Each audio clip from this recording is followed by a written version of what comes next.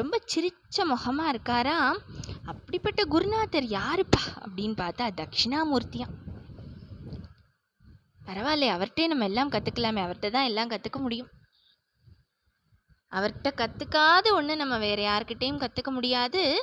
அதே சமயம் தட்சிணாமூர்த்தியாக இருக்கிற அந்த குருநாதர்கிட்ட கற்றுண்டாச்சுன்னா அதுவே நமக்கு போதும். வேறு யார்கிட்டையும் கற்றுக்க வேண்டிய அவசியமும் இல்லையா. அந்த அளவுக்கு பரபிரம்ம தத்துவத்தை விளக்கக்கூடிய குருநாதராக அவர் உட்கார்ந்துருக்கார். அடுத்த ஸ்லோகம், சித்திரம் வட்டத்தரோர் மூலே விருத்தா சிஷ்யா குருர் யுவா. ரொம்ப அழகாக ஒரு காட்சி இருக்குது. அது எப்படி இருக்குது அப்படின்னா, வட்டத்தரோர் மூலே, வட்ட விருட்சம் அப்படின்னா, வட்டத்தரு அப்படின்னா என்ன அர்த்தம்னா ஆலமரம், பெரிய ஆலமரம். அந்த ஆலமரத்தை சுற்றி நிறைய